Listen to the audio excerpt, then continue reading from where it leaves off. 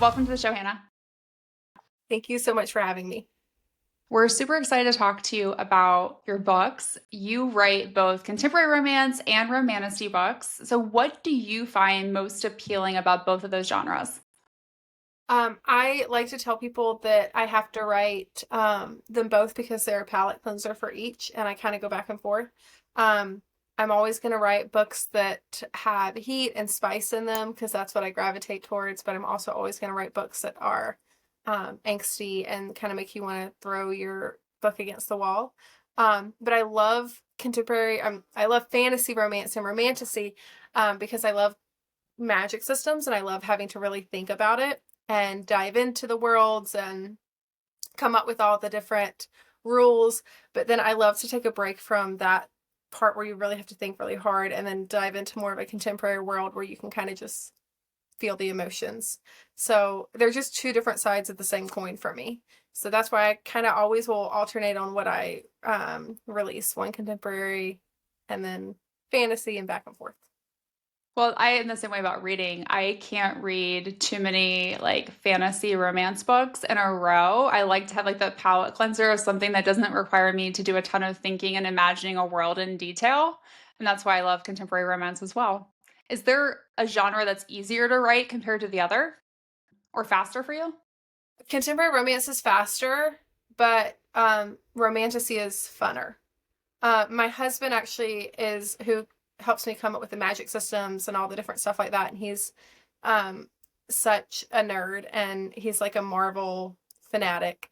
So he uses all of his insight. And whenever we're working through magic systems, he the last few books that I've done, he takes the day off of work, I take the day off of work, and we end up with posters on the dining room table, drawing out maps and systems and different things like that. So I think those are the most fun to come up with. They're also sometimes the most mentally exhausting things to come up with. But I love a puzzle. I love being able to work something out and try to figure it out. So that is so much fun for me. And then once I get exhausted and overwhelmed with it, I love just going and just writing something emotionally that'll just emotionally destroy you. Those are my favorite types of books. I love to be emotionally destroyed and then like put back together at the end. Yes, yes, yes. Usually. Yeah. Hopefully, like I will promise this: none of my books will ever not have a happily ever after, because I need the good end. You can break me, but put me back together. Put me back together. And Yeah. I'm not even sure, like, I can even tolerate if like I don't get the happily ever after in like the first book. Like if you need like a couple of books to put me back together, but I need to know that you're committed to it happening. Yes. Yeah. Exactly.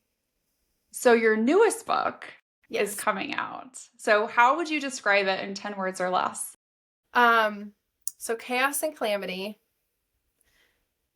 A whole lot of trauma, tears, orgasms,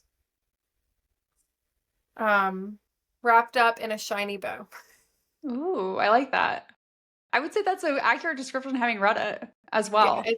yeah. I just got one of my favorite things is having readers DM me as they're reading it. I tell my ARC readers, DM me as you're reading it if you want to. You don't have to, but I'd love to hear all of your um chaotic emotions as you're reading it. And I've done that with all of my books since Shattered, and it's the best thing to wake up in the morning and you have like 42 messages from random people with just like, oh my God, I stayed up till 1 a.m. I hate you. Or, they're all at different points of the book. So that you like have one person like saying, oh my God, I love this, da da da. Another person being like, I absolutely hate you.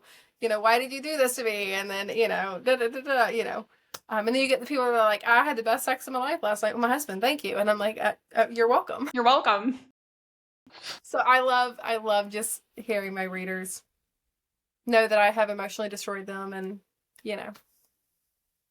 Is it easy to figure out where they're at in the book based on their reactions? Um with chaos, yes, because there are very specific things that happened in each book or in each chapter. So whenever they referenced a general something happened, I kind of was like, okay, oops, I know what you're about to experience. Oh, well, get ready. With some of my other books, like especially with the more fantasy books, because there's so much happening and some things kind of like repeat in certain ways, it's harder. But it was pretty easy for chaos for me to figure out where they were. Where did the idea for this book come from?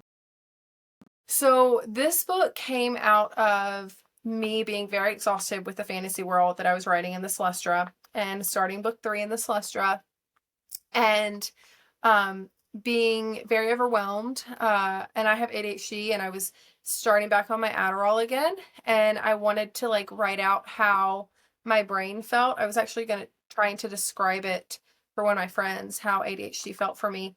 And the scene with the mask where where you're in Emily's head and she talks a little bit about how, for her, it's like slipping on her glass slipper, but she's not heading to a ball type of thing. And I used that reference for someone and then I said, oh, I actually like the way I said that. I want to write that down. And I actually just wrote that scene. That was one of the first scenes that I wrote. And then initially it was just like this fun little thing for me to play around with. And I wrote a few scenes. And when I initially wrote it, it was only like 40,000 words. And this was like a year and a half ago. And it was very much just a funny rom-com, no deep emotion about a chaotic woman who just is floundering through life with ADHD. And I had a couple people read it and they loved it. But they were like, I love it, but it's too cutesy. It doesn't touch on, whatever. And at that point I was like, well, I'm not really planning on publishing this. This is just something for me and my own whatever. Um, but then I started adding and adding more. And I actually, it almost went to an agent and she gave me some feedback. She read it in its very, very, very early stage, and she gave me some feedback of to read the books Plot Perfect and Storygraph and Save the Cat, which are like writing books, and to kind of help me plot and do a little bit better. And I was kind of just going to use chaos as my my little play around idea. Like I was never going to publish it. I was always going to like play around with the writing styles and different things like that. And once I really started reading those books, and a lot of those books, like Storygraph, says, okay, take your character and write 3 scenes from their past. And so I did that with Emily, and that's how I started getting those past scenes. And then I eventually was like, oh crap, this is a book. Like, oh, I'm gonna actually have to do something with this. Probably around last summer, I was like, okay, this is actually coming together. It's turning into something. I need to actually sit down and actually make it cohesive. So it really, it took me almost 2 years to write, and that's the longest I've ever taken to write a book, but it wasn't, sitting down and writing every day. It was just kind of picking up whenever I had a feeling or wanted to write something, which I think speaks to how positively it's been recepted so far. Because people really see it. To me, it wasn't a forced book. I didn't make myself write. People are like, oh my God, this scene really is exactly what I experience. And it's probably because I experienced that something about it that day, and decided to write it down. So normally, does it take you a lot shorter period of time to write your fantasy books? Yeah. So, well, when I wrote Shatter, which was my other contemporary romance, it took me about 8 weeks. Um, from start to finish, and then turned it over. And that was and I'm actually rewriting that. That's actually going to be republished on June the 28th of this year. But it's getting a new cover and everything. But my fantasy books take me about 4 to 6 months from start to finish, just because of the plotting and the magic and having to make sure every little loose end is tied up type of thing. So those two take a little bit longer. But Chaos is actually my shortest book, and it has taken the longest to do. So after you finish writing it, you go through a process to get it published, and that includes designing the cover. And I believe you may have just gotten your first copy of the book I today. do. I haven't seen it yet, so I was gonna open it for y'all, but I got it today. It came in my mailbox. I got a notification right when I was in there. This is gonna be pretty loud when I open it, so I don't want to hurt anyone here. Please do. So this is the uncorrected proof. The real copies will be in like 5 days. Lord, it already feels so much smaller. Like just holding it, it's tiny Compared to your other books? Yeah.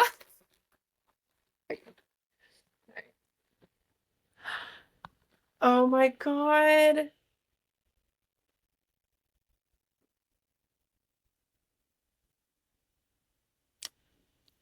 Do you love It's it? so Oh, cute. it's so pretty. I want to see what the, hold on, let's see. Oh, my little pages turned out good. Those look so beautiful because they look really beautiful like on the ebook version. That's Yeah. really Oh, I was gorgeous. really nervous about how they would turn out. Oh, they look good. Thank goodness. Oh my gosh. It's like a real book. How does it feel when you get it in your hands for the first time?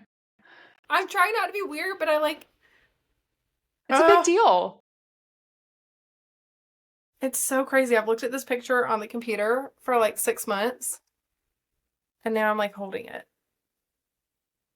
And even the little like lights in between the chapters. Oh my God, I can see that. Which is so funny because as I read it, I was just like, I wonder what these are about. One thing that I love to do, I'm going to be playing with this whole time we're talking now. Um, One thing that I love to do, so I'm a huge Taylor Swift fan, and I like to hide um, lyrics or phrases into my books. So I like to hide my little Taylor Swift Easter eggs everywhere.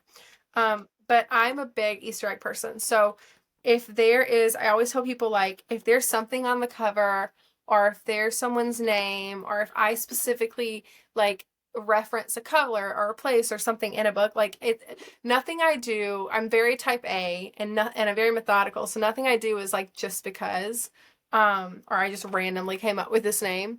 Um, so I like to hide as much as I can. So like in my reels, in my post, I like to drop little Easter eggs about anything I can. So that's what they were. You don't find out what those little lights are till later on into the book. That's crazy. Well, it's now I'm like going through as I read it. I'm like, oh, like there are things where I was like, oh, I wonder if that meant something else. So now I'm gonna have to go back through it and read it again and see like what other little things I can find out of it. I think that one of the most fun parts about being an author, especially writing romantasy, when you know that there's all these like things that you're hiding and foreshadowing, is getting those DMs or getting those comments from readers that were like, I went back and reread it a second time and oh my God, you told me about this on page 2. And then it, something with the Celestra. I actually just had a reader last weekend send me a whole voice note, and she just finished reading book 2 of the Celestra, The Shadows Within. And it was just a screaming voice note in my Instagram DMs of like, you told us this on like chapter 2 of book 1. And I just thought it was the most random thing in the world. I didn't even pay attention to it. And now that's like the whole reason for this and this and this. And she was just going off. And she's like, you're an evil genius. I hate you. Blah, blah, all this kind of stuff. And Like I hate you, but I love you. yeah, I was just giggling because I'm like, oh, I like it. Yay. I love to, I love to, I want to say I love to manipulate you. That sounds horrible. I love to like keep you guessing and like play little games and stuff like that. I promise I'm not like that in real life, but just in my writing. You're just a mastermind. There you go. Mm-hmm. See, right? Yep. Just like Well, Taylor and it's Swift. just like Taylor Swift. Well, I feel like it's one of those things when we know to start expecting that from you as an author, then as a reader, I like overanalyze everything. I'm like, oh, I wonder if, and people will be like, I didn't mean it that way. Yeah. You Yeah. need to, it's kind of like every time like Taylor goes out, we see her like wear something different. Like, is this the Star of Reputation Taylor's version? Are we getting it soon? What's happening? I have clowned over that so much. At this point, my husband he just rolls his eyes because he's just like, okay, babe. Okay. Same. Yeah. I don't think my husband will believe it when it finally happens because I've screamed too many times thinking it was going to happen and like nothing's happened. And now he's well, just like, at this point, I cannot tell you how many nights over the last year I've stayed up till midnight same. thinking that something was going to happen, and then And it nothing happened. didn't. Thankfully, I was like staying up working on book stuff, so I wasn't so chaotic that I like was just sitting there waiting till 12. But would I have done that too? Probably. Probably. So your female main character, Emily, is a traveling nurse. She has ADHD, and one of the things I loved about the book is you see how that medical condition impacts her at various points throughout it. So obviously you've shared that you have ADHD and kind of why you included wanting someone to be seen with that. What are you hoping like others will take away from Emily and her medical condition and seeing how she lives her life, but then also just anyone else that has other medical conditions and how that impacts their day-to-day life in ways that you may not know until you experience it? Yeah, for me, I think I always get the people who have ADHD get it, but the people who don't, I always get two types of responses. Number one is just don't forget this, or just do it, or just. And it's like, I trust me, I wish I could. Or I get the, oh, that's a made up thing. Like you're just doing that to so you can get medicine. And I always want to reply like, I maybe remember to take my meds 4 days a week. So like I promise you I'm not like drug seeking. Um but for me, ADHD, I felt like I was constantly trying to explain it to a lot of people. I was trying to find the words of like how do I explain this condition that I have, this just my brain that I've lived with my whole life, that has just become my norm, but affects every facet of my life. It affects my romantic relationships. It can affect my sex. It can affect my sex life. My family relationships, my friends, organization, the impulsivity, just everything. And it's so hard to convey that and, just having a short conversation with someone.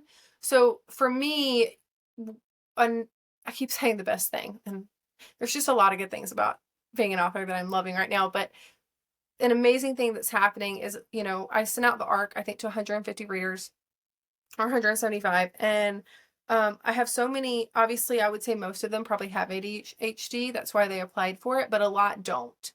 And one of the best responses I've gotten was from someone who said, "Hey, I'm actually an elementary school teacher. I don't have ADHD. I'm as neurotypical as they come.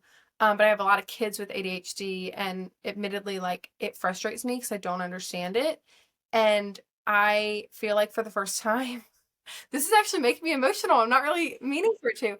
Um, I didn't even get this emotional when I was reading her message, but she said for the first time I understand my kids better. And that is just such a wonderful message. I mean, I love that people love like the spice and the funny lobster scene and all that kind of stuff, but I I don't necessarily think that we should need to look at all disabilities as something like detrimental.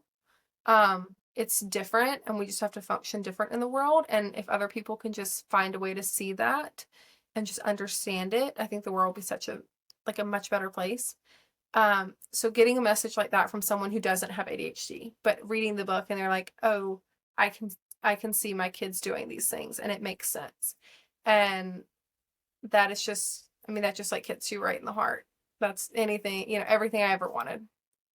Well, and I think I sent you, I think it was like the second message I sent you while I was reading the arc, which is three of my four kids have ADHD. And I loved that they're, because typically when you read books, my kids are older.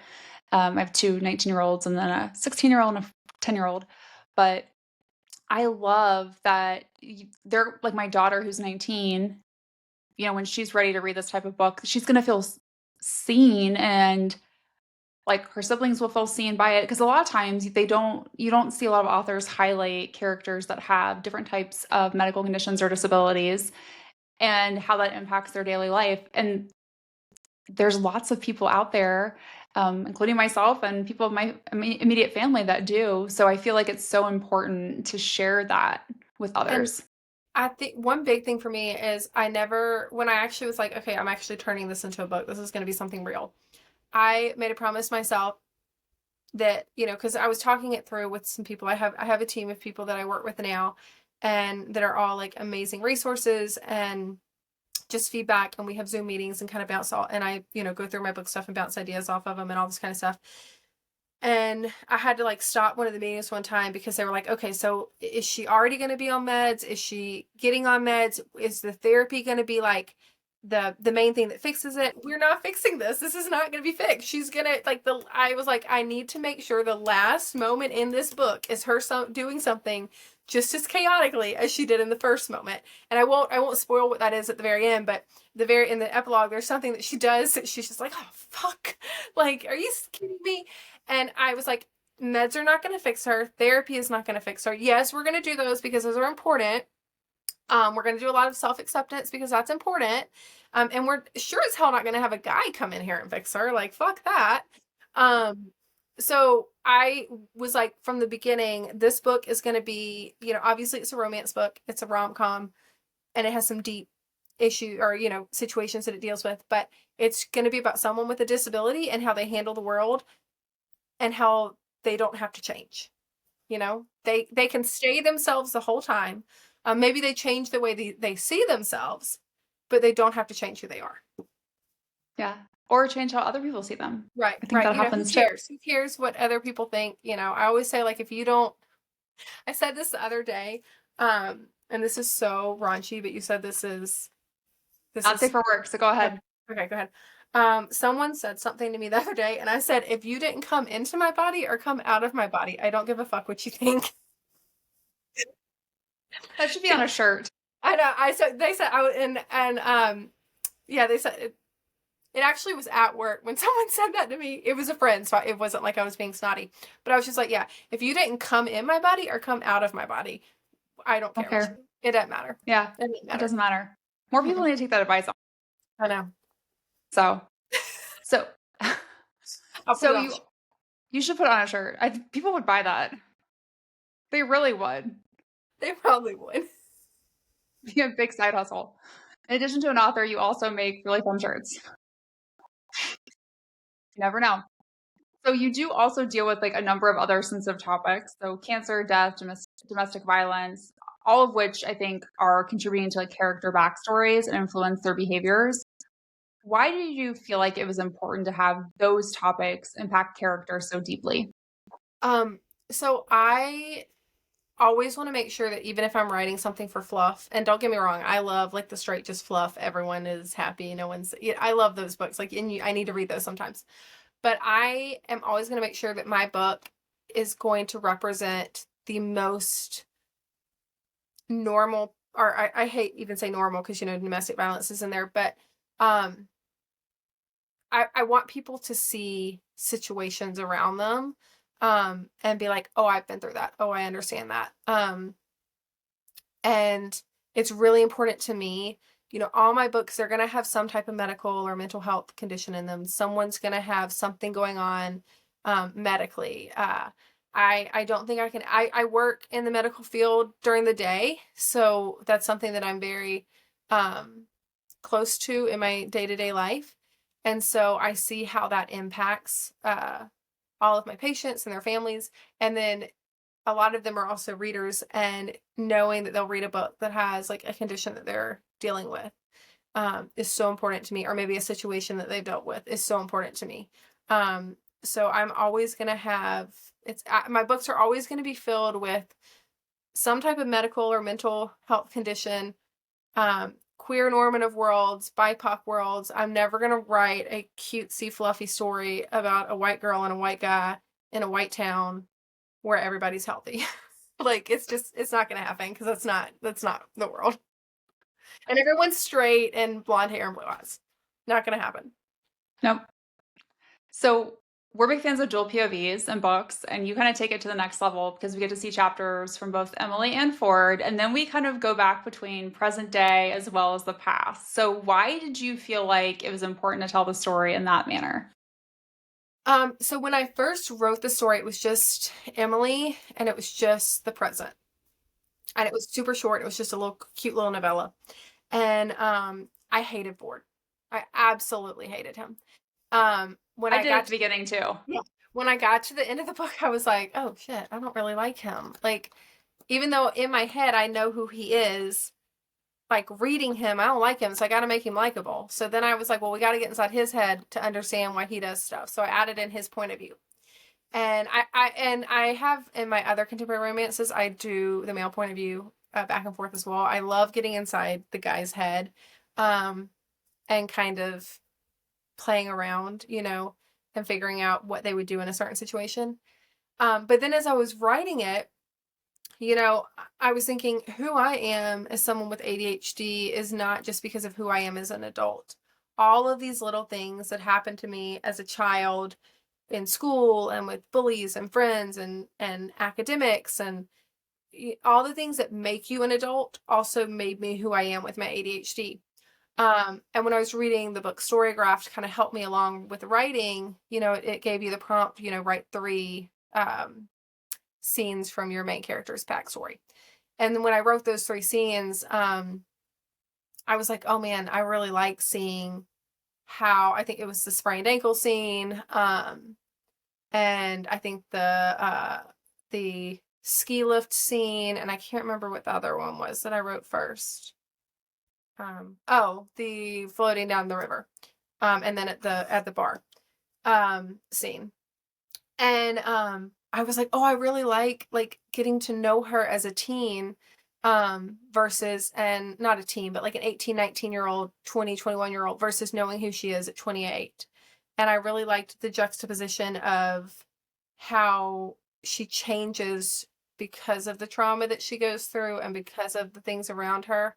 And I really tried to make those first few chapters that are the past chapters when she's 18, 19, 20, 21, all of her conversations, all of her stuff in her head, they're not serious. She's so like silly, and she makes all these like side jokes. Like, I remember like there was one that was like, she's talking about her mom, and she's like, oh, my mom rolled her eyes as if she, witnessed the fall of Rome herself. Like just a snarky comments that a 19-year-old would make about their mom.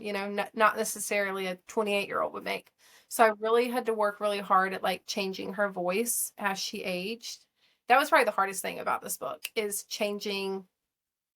Even though I knew what she's going to go through, I had to take that out of my mind and be like happy-go-lucky, funny Emily to what we end up with.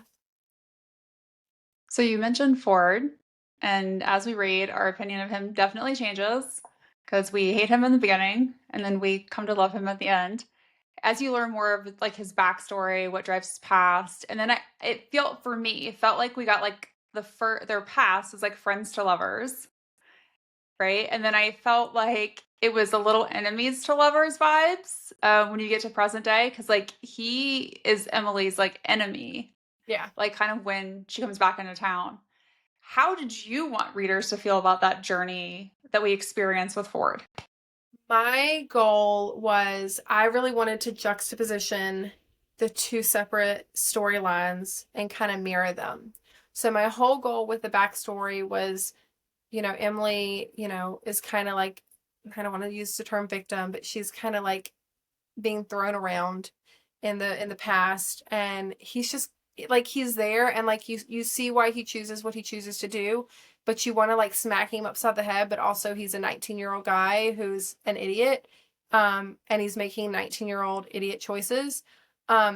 So you really want to like be so pissed at him in the past up until when, the big shitty thing happens in the past. And I wanted them to like be really mad.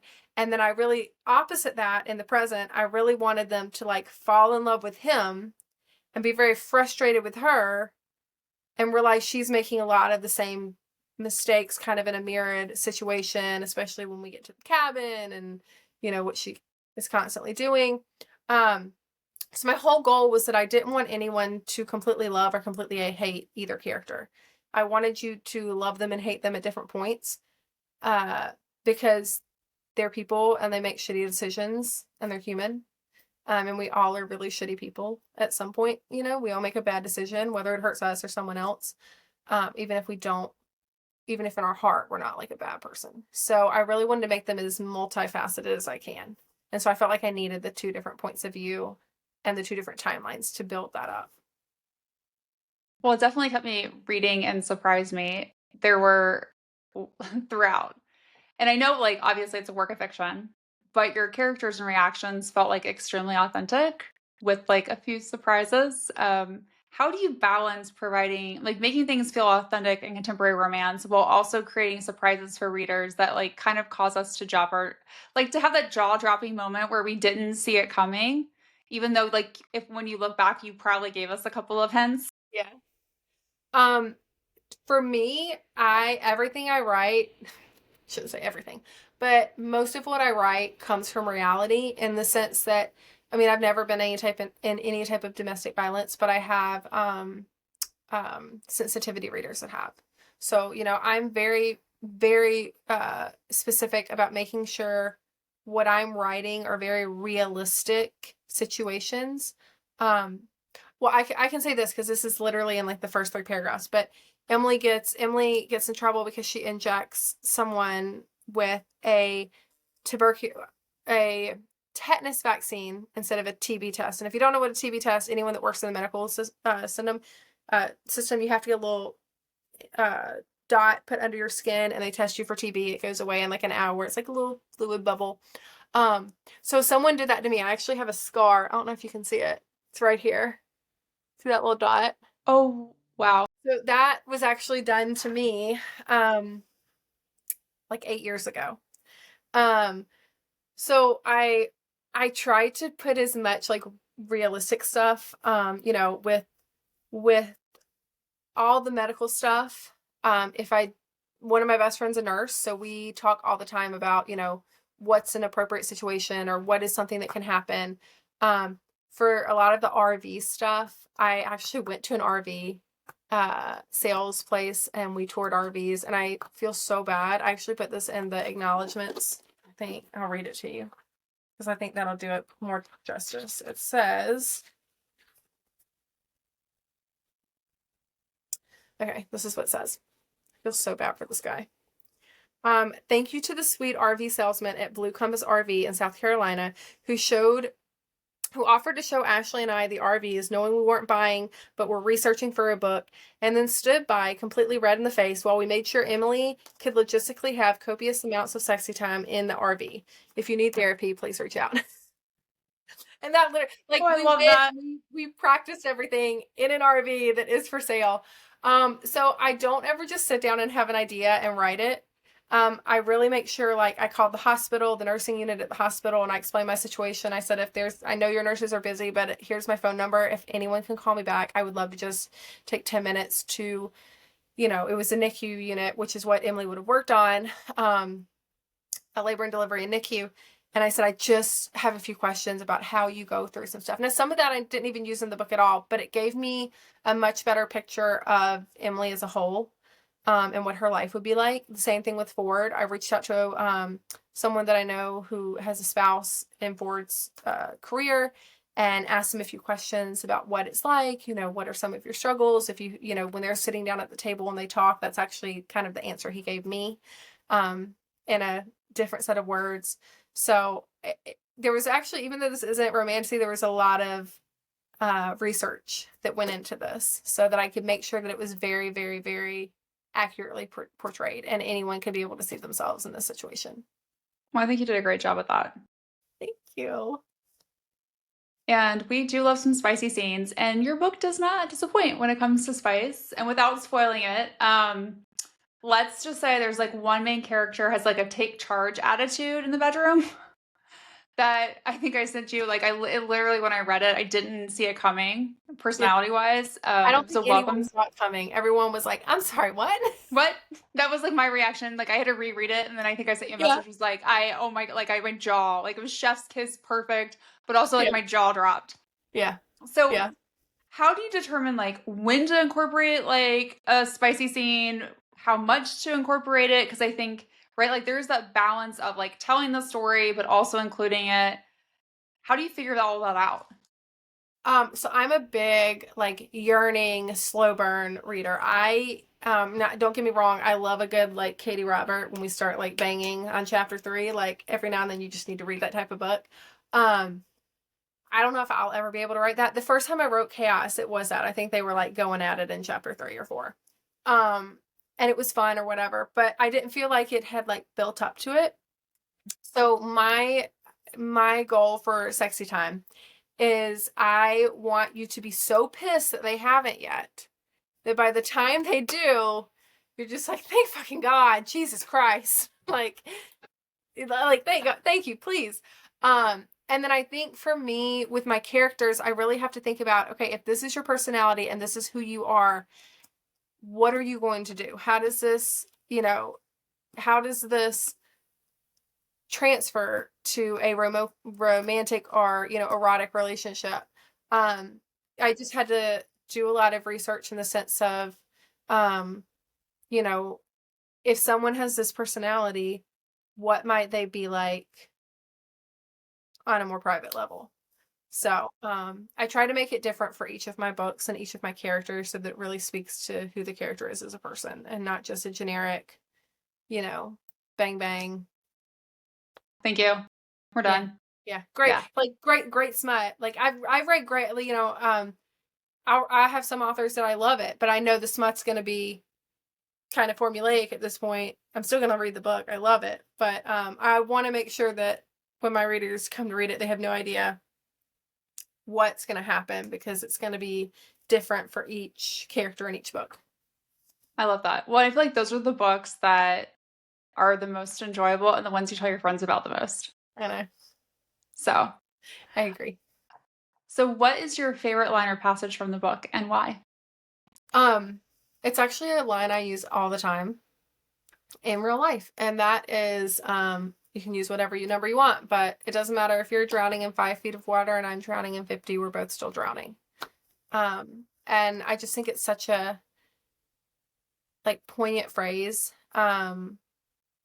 because in today's world, especially like where I live in America, there's a lot of like competition that happens, especially in like the mental health or disability or whatever scape. I mean, you see all these people who fake this stuff online to get followers or likes or whatever. And so there's just this kind of underlying competition of um not just who can be more sick or whatever sometimes, but also um who can be more sick but then push through. Like who can, we have this mentality, in America of don't take sick days or you're weak, don't take sick days or whatever. And it's okay if someone takes some mental, two people take mental health days. One of them, their parent may have passed away, and the other one had a really crappy weekend with their kids. Like, they're both still in a very shitty situation. You don't have to compare them. Obviously, one's probably more intense than the other, but they both deserve help, you know?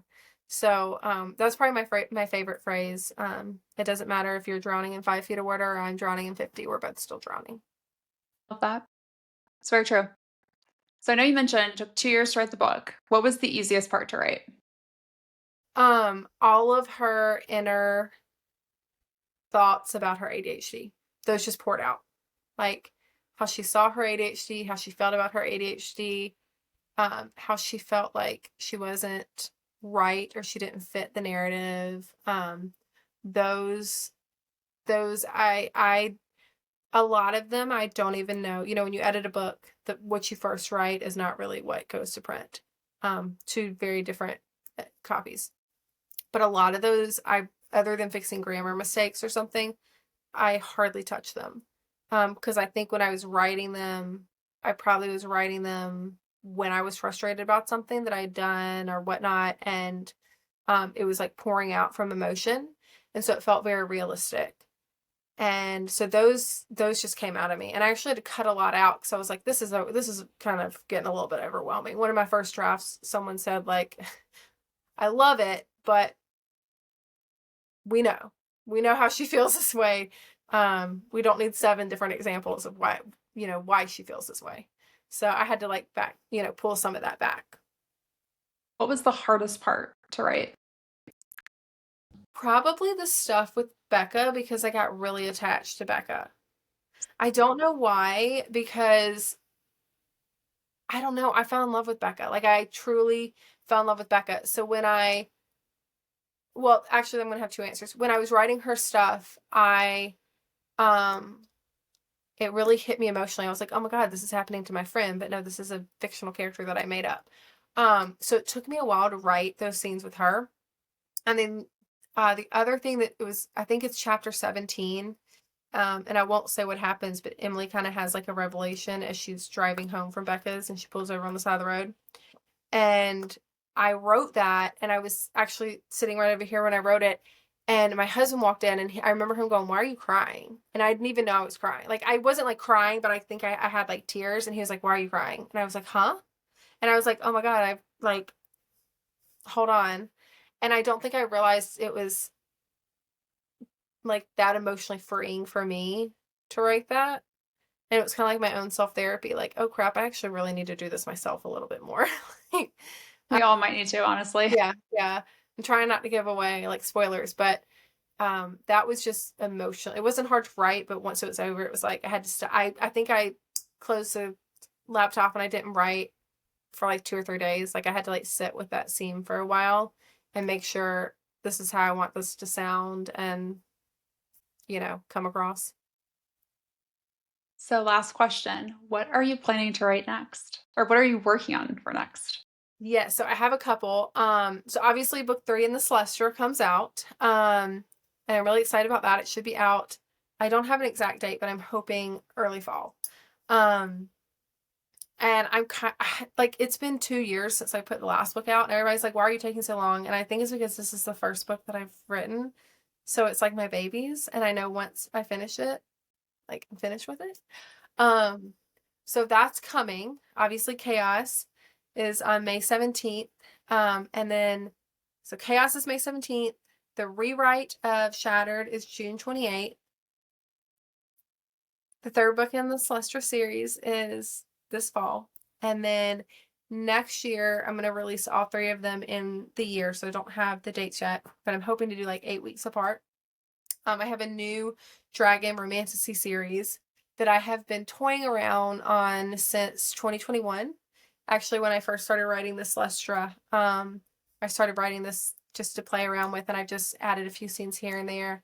But I'm really excited. It also, of course, is going to have disability and mental health rep in it. But yeah, it's the most research I've ever done. It's based heavily on some mythology, and I feel like I'm almost in school again, but I'm having fun with it because I'm having to learn about some different mythology and really make sure I'm getting it right. And I'm having the most fun with that. So that book 1 has been written. Book 2, well, most of book 1, I'd say 75% is written. Part of book 2, and book 3 is plotted. So that'll be next. And then I think that's all I have in the That's a next year. lot. Yeah. So hopefully 6 books within the next 30-ish months. That's a lot. That's insane. That's insane, but A lot of exciting. wine and Adderall. And probably a break, like a nice little vacation somewhere in between. Yeah. We're gonna need to take another vacation. So thankfully, with all of these book signings, I'm going to my husband, I'm getting him a shirt that says Hannah Till's personal research assistant. I love that. And but he's been going, so we've been having all these mini like 3 or 4 day, when my PA can't come with me, he comes, and he is absolutely loving like the whole situation. So we've been having these little mini getaways. So That's those wonderful. have been really nice. I really like that. Thanks for listening to Late Night Reads. Don't forget to follow us on Instagram, TikTok, and Facebook at Late Night Reads Podcast. And check out latenightreads.com for even more information about all the books we're reading. If you loved today's episode, make sure to subscribe, rate, and review our podcast. And share the show with your fellow book lovers.